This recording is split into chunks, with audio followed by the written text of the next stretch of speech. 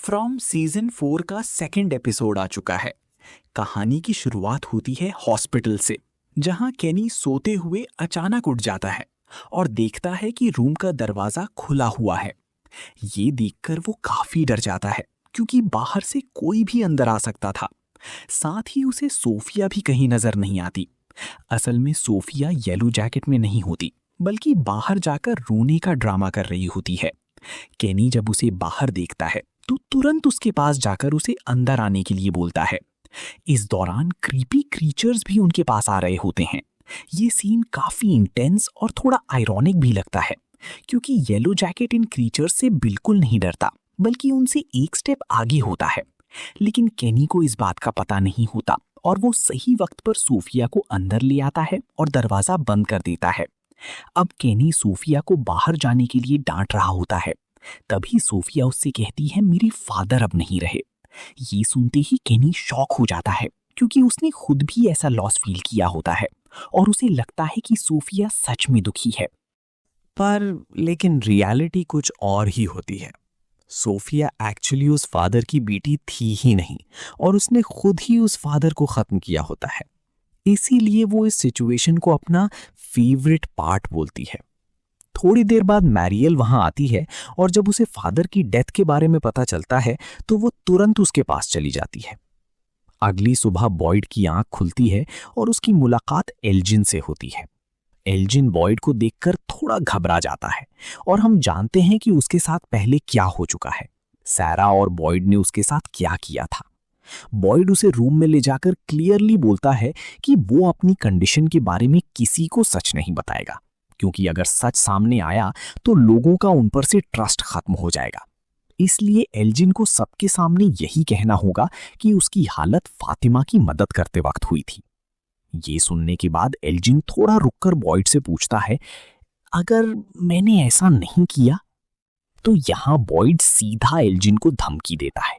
वो कहता है कि अगर तुमने मेरी बात नहीं मानी तो मैं टिली की डेथ का इल्जाम तुम पर डाल दूंगा और तुम्हें उस बॉक्स में बंद कर दूंगा जहां रात को क्रीचर्स आकर तुम्हें जिंदा खा जाएंगे। ये सुनकर एल्गिन की हालत खराब हो जाती है और मजबूरी में वो बॉयड की बात मान लेता है, लेकिन साथ ही वो एक इंपॉर्टेंट बात भी बोलता है। सच एक ना एक दिन बाहर जरूर आता है, उसे ज्यादा टाइम तक छुपाया नहीं जा सकता। ये लाइन फ्यूचर के लिए एक स्ट्रॉन्ग हिंट देती है कि आगे चलकर कोई बड़ा ट्रूथ रिवील होने वाला है, और जो लोग अभी भी किमोनो वाली वुमन पर बिलीव कर रहे हैं वो डेफिनेटली कुछ गड़बड़ करने वाले हैं। इसी बीच बॉयड जब डाइनर में आता है तो वहां अचानक गुड मॉर्निंग बजने लगता है, और सेम म्यूजिक टैबिथा के घर में भी सुनाई दे रहा होता है। टैबिथा उठकर देखती है कि जिम अभी तक घर नहीं आया। दूसरी तरफ बॉयड जब कॉलोनी हाउस के बाहर आता है तो उसे टैबिथा के घर के पास एक पेड़ पर लटकती हुई एक बड़ी सी पोटली दिखती है, जिसमें से खून टपक रहा होता है। ये देखते ही वहां लोगों की भीड़ जमा हो जाती है। जीड और एकोस्टा भी वहां पहुंच जाते हैं। टैबिथा को लगता है कि उस पोटली के अंदर शायद जिम हो सकता है, क्योंकि वो रात भर वापस नहीं आया था और इतनी देर तक सरवाइव करना मुश्किल लग रहा था। और फिर ईथन भी पैनिक होकर उस तरफ भागने लगता है, लेकिन बॉयड उसे रोक लेता है और तबीथा से कहता है कि उसे संभाले। तबीथा खुद भी डर के मारे टूट रही होती है, फिर भी वो समहाउ जूली को समझाकर ईथन को वहां से दूर ले जाने के लिए बोलती है। जूली पहले मना करती है क्योंकि वो भी अपने फादर को लेकर डरी हुई होती है, लेकिन ईथन के लिए वो मान जाती है और दोनों एनिमल फार्म की तरफ चले जाते हैं। ईथन को अंदर ही अंदर फील होता है कि पोटली में उसके फादर नहीं होंगे, जैसे उसे कुछ चीजें पहले से ही पता हो। वो जूली से कहता है कि हमें डैड को ढूंढने जाना चाहिए, और जूली भी इसी उम्मीद में अग्री कर लेती है। उधर बॉयड जब पोटली को नीचे उतारकर खोलता है तो सबकी सांसें अटक जाती हैं, लेकिन अंदर जिम नहीं बल्कि एक मरी हुई बकरी होती है। इससे तबीथा को थोड़ी रिलीफ मिलती है, लेकिन तभी एनिमल फार्म की तरफ से जूली और ईथन की चीखने की आवाज आती है। सब लोग वहां दौड़ते हैं और जो सीन वो देखते हैं वो बिल्कुल हॉरिफाइंग होता है। जिम को मॉन्स्टर्स ने उल्टा लटका रखा होता है और उसकी बॉडी से इंटरनल ऑर्गन्स तक गायब होते हैं, बिल्कुल वैसे ही जैसे वो लोगों का शिकार करते आए हैं। साथ ही दीवार पर एक मैसेज लिखा होता है, knowledge comes at a cost. मतलब हर सच या नॉलेज के पीछे एक बड़ी कीमत छुपी होती है, और यहाँ जिम ने जो मिस्ट्री सॉल्व की थी, शायद मैन इन येलो को वो बिल्कुल पसंद नहीं आया। और फिर ये सब देखकर तबीथा कंप्लीटली टूट जाती है और बॉयड उसे संभालने की कोशिश करता है। दूसरी तरफ हॉस्पिटल में केनी इन सब से अनजान सोफिया के पास बैठा होता है और सोफिया फादर का हाथ पकड़कर फेक सैडनेस दिखाते हुए हल्की सी स्माइल कर रही होती है, जैसे उसे ये सब एंजॉय हो रहा हो। वो क्लियरली रोल प्ले कर रही होती है। केनी उसे थोड़ा डिस्ट्रैक्ट करने के लिए टाउन घूमने ले जाने की बात करता है और सोफिया मान भी जाती है। लेकिन बाहर निकलते ही उनकी मुलाकात सारा से होती है, जो काफी डिस्टर्ब्ड लग रही होती है। केनी उससे पूछता है क्या हुआ और सारा उसे जिम के बारे में बता देती है। ये सुनकर केनी भी शॉक हो जाता है। सारा सजेस्ट करती है कि केनी को बॉयड के पास जाना चाहिए और वो खुद सोफिया को डाइनर ले जाने का ऑफर देती है, जहां डेड लोगों का सामान पड़ा है। सोफिया वहां से अपने लिए कपड़े या चीजें ले सकती हैं। हमें पता है कि मैन इन येलो को लोगों की चीजों को टच करके उनमें ट्रांसफॉर्म होना पसंद है, इसलिए ये पॉइंट काफी सस्पिशियस लगता है। केनी पहले हेजिटेट करता है क्योंकि उसे सारा पर पूरा ट्रस्ट नहीं होता, लेकिन जिम के लिए वो मान जाता है और सोफिया को उसके साथ भेजकर खुद स्टेशन की तरफ चला जाता है। इधर ईथन अपने फादर की डेथ से इतना टूट चुका होता है कि वो घर में तोड़फोड़ करने लगता है। तबिथा उसे संभालने की कोशिश करती है, लेकिन ईथन गुस्से में उसी को ब्लेम करता है। कहता है कि जिम और तबिथा के फाइट्स की वजह से ही शायद जिम घर वापस नहीं आया।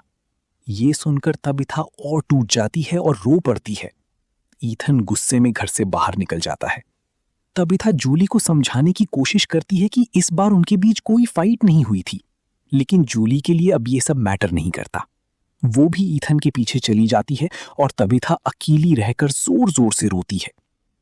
आखिर में बॉयड, जेड और एलिस जिम की बॉडी को एक कार्ट में डालकर चर्च ले जा रहे होते हैं। गांव के लोग उन्हें देख रहे होते हैं। सबके चेहरे पर सैडनेस और शॉक होता है। चर्च पहुंचकर बॉयड एक ही चीज के बारे में सोच रहा होता है, knowledge comes at a cost. आखिर इसका असली मतलब क्या है?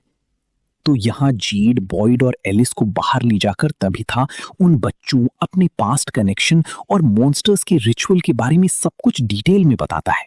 उसका कहना होता है कि इन सब सच्चाइयों के करीब पहुंचने की वजह से ही मॉन्स्टर्स ने जिम को मार दिया, क्योंकि जिम ने इन मिस्ट्रीज को सॉल्व करने में बहुत हेल्प की थी। अगर जिम नहीं होता तो शायद वो लोग इतना आगे तक पहुंच ही नहीं पाते।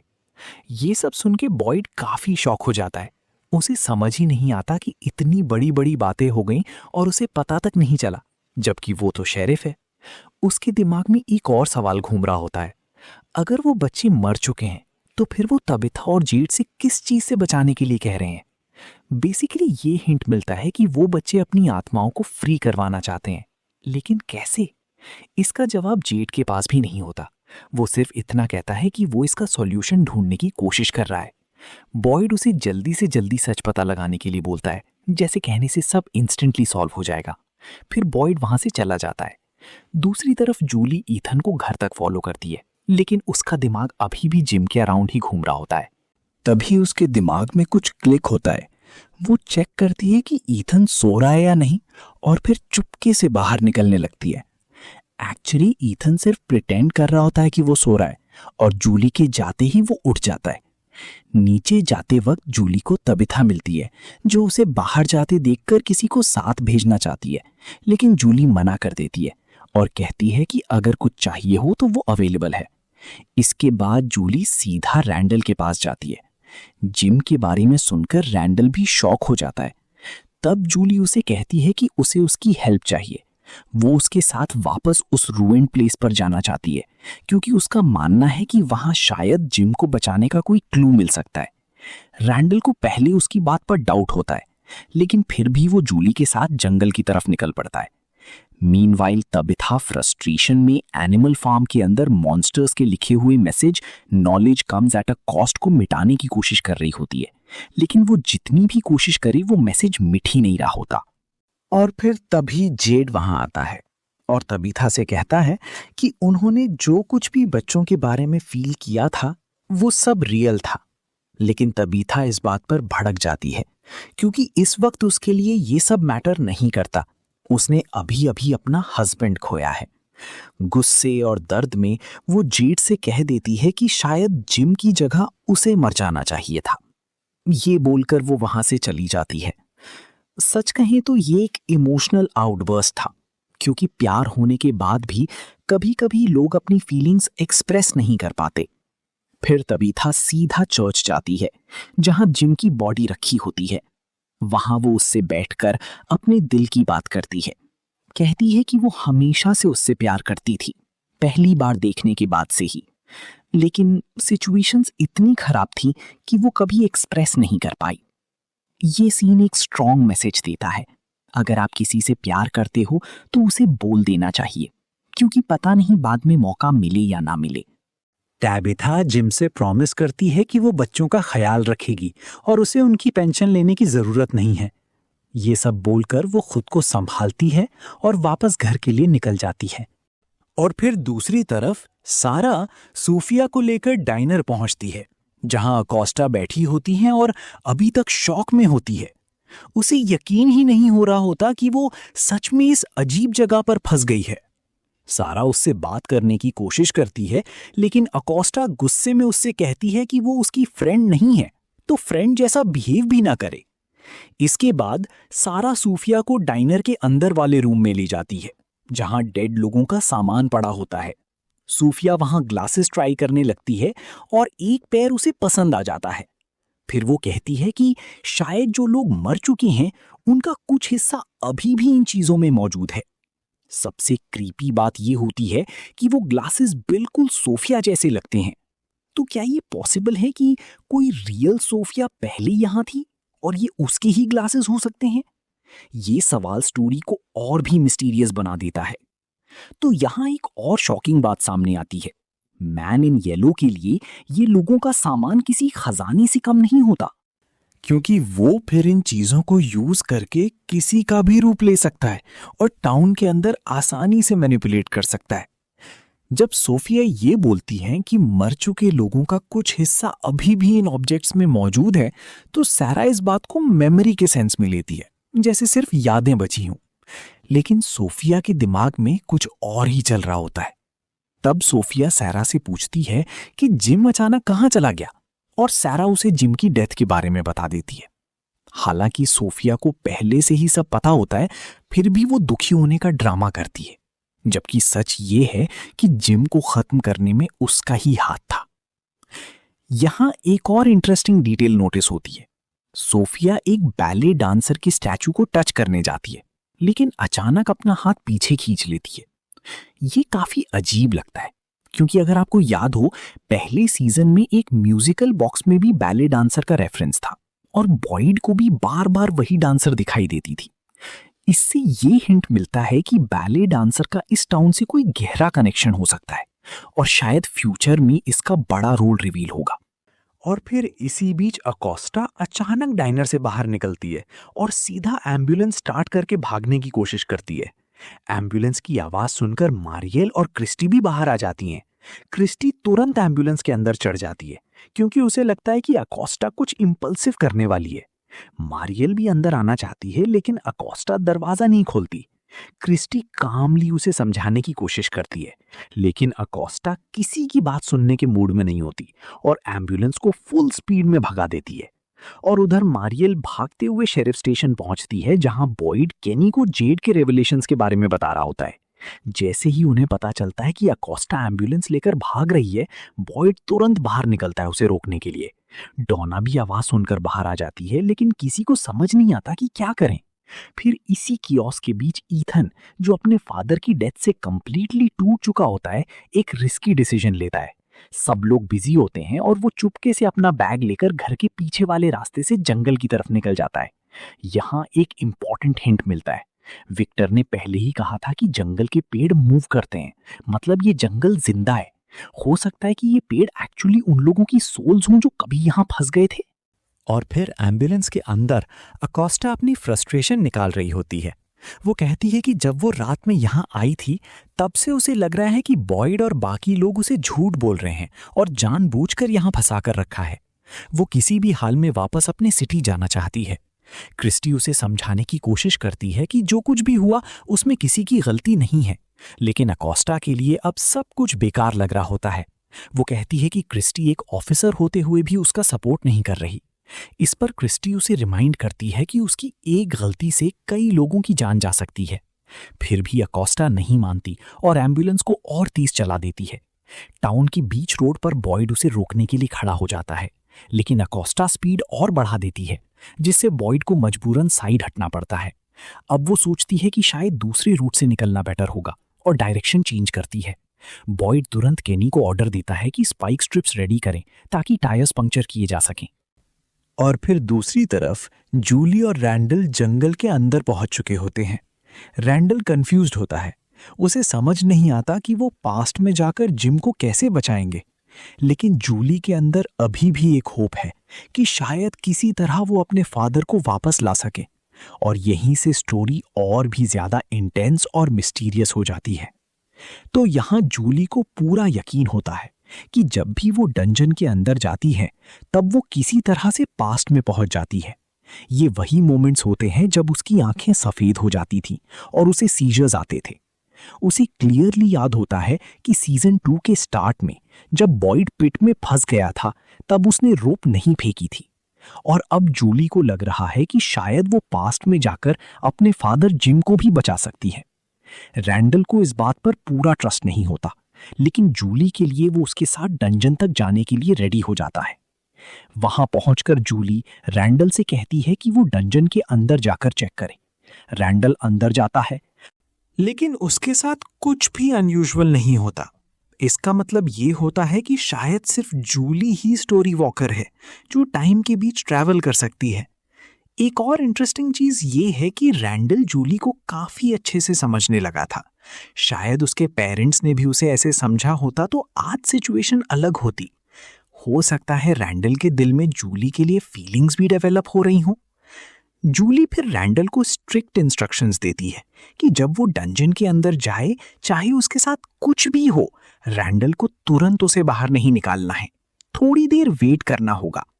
रैंडल पहले हेजिटेंट होता है क्योंकि लास्ट टाइम जूली को अंदर जाते ही सीजर्स आए थे, लेकिन उसकी जिद के आगे वो मान जाता है। जैसे ही जूली डंजन में एंटर करती है वो सीधा उस रात में पहुंच जाती है जब सीजन 2 में बॉयड, जिम, डॉना और रैंडल मॉन्स्टर से बचने की कोशिश कर रहे थे। वही सीन जहां सब लोग भाग रहे थे और कियोस क्रिएट हो गया था। जूली अपने फादर जिम को देखकर उसे आवाज लगाती है, लेकिन ऑब्वियस है कि जिम उसे सुन नहीं पाता और डॉना के साथ वहां से निकल जाता है। ये एक्सप्लेन करता है कि उस वक्त जिम का बिहेवियर इतना वियर्ड क्यों था। बॉयड पीछे से कवर फायर दे रहा होता है और मॉन्स्टर्स को रोकने की कोशिश कर रहा होता है।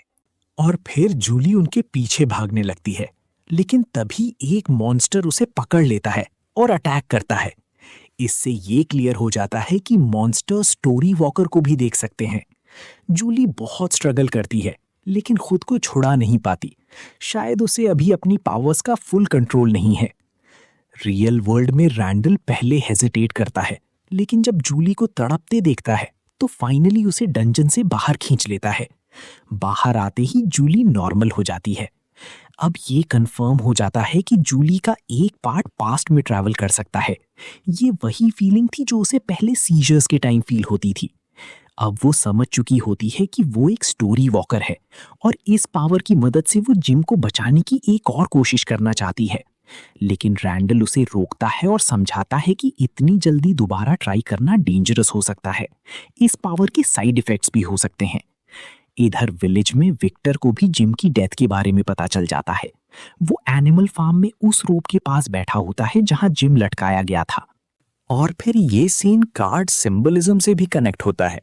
जैसे पहले कार्ड्स में उल्टा लटका हुआ फिगर दिखाया गया था, तभी उसके फादर हेनरी आकर उसे संभालते हैं। विक्टर बार बार कहता है कि उन्हें यहां कभी नहीं आना चाहिए था क्योंकि ये जगह सबको खत्म कर देगी। हेनरी उसे काम करने की कोशिश करता है और कहता है कि वो सब मिलकर सिचुएशन का सामना करेंगे। तब जाके विक्टर थोड़ा शांत होता है। दूसरी तरफ तबिथा जब घर आती है तो उसे ईथन कहीं नहीं मिलता। वो पैनिक हो जाती है और तुरंत डॉना को बताती है। डॉना भी शॉक हो जाती है। उसे समझ नहीं आता कि इतनी नजर रखने के बाद भी ईथन कैसे गायब हो गया। एक्चुअली जब सब लोग बिजी और डिस्ट्रैक्टेड थे तब ईथन चुपके से जंगल की तरफ निकल गया था। तबीथा बिना टाइम वेस्ट किए उसे ढूंढने जंगल की तरफ भाग पड़ती है। उधर अकोस्टा एम्बुलेंस लेकर दूसरे रूट पर निकल चुकी होती है। वो क्रिस्टी को बताती है कि उसकी माँ कहती थी कि नरक सिर्फ बुरे लोगों के लिए होता है और शायद ये गांव भी वैसे ही लोगों के लिए है, इसीलिए कोई यहाँ से निकलने की कोशिश नहीं करता। फिर अकोस्टा का मानना होता है कि वो अच्छी इंसान है, इसीलिए वो यहाँ से जरूर निकल जाएगी। ये सुनकर क्रिस्टी गुस्से में आती है और कहती है कि यहाँ कोई रहना नहीं चाहता, सब मजबूरी में रूल्स फॉलो कर रहे हैं ताकि जिंदा रह सकें। इसी बीच क्रिस्टी की नजर रोड पर ईथन पर पड़ती है जो जंगल की तरफ जा रहा होता है। ईथन उन्हें देखकर बुशेस में छुप जाता है। ये एक इंपॉर्टेंट क्लू है। क्रिस्टी अकोस्टा से एम्बुलेंस रोकने को कहती है लेकिन वो मना कर देती है। तब तक बॉयड और केनी ने रोड पर स्पाइक स्ट्रिप्स बिछा दिए होते हैं। जैसे ही एम्बुलेंस वहां पहुंचती है अकोस्टा कंट्रोल खो देती है और गाड़ी स्पाइक्स पर चढ़ जाती है। टायर्स पंक्चर हो जाते हैं और एम्बुलेंस थोड़ी दूर जाकर रुक जाती है। बॉयड गुस्से में आकर अकोस्टा को बाहर खींचता है और उसे डांटता है कि उसकी एक गलती से कितनी जानें जा सकती थी। वो उसे हैंडकफ भी कर देता है। तब क्रिस्टी बॉयड को ईथन की जंगल में होने के बारे में बताती है और ये सुनते ही बॉयड के होश उड़ जाते हैं क्योंकि वो जानता है कि जंगल कितना डेंजरस है। और फिर इधर ईथन अपने फादर की आरवी के पास पहुंच जाता है। जैसे ही वो जिम का रेडियो लेकर बाहर निकलता है उसे पास के एक पेड़ के नीचे जिम बैठा हुआ दिखता है। हाँ, बिल्कुल जिम। उसे देखते ही ईथन इमोशनल हो जाता है और तुरंत जाकर उसे हग कर लेता है। लेकिन यहाँ एक अजीब डिटेल नोटिस होती है। जिम के माथे पर एक नया सा स्कार होता है जो उसकी डेथ के टाइम नहीं था। इससे ये डाउट पैदा होता है कि क्या ये असली जिम है या फिर उसकी सोल या फिर कोई फ्यूचर वर्जन जो ईथन को वॉर्न करने या कुछ इंपॉर्टेंट बताने आया हो।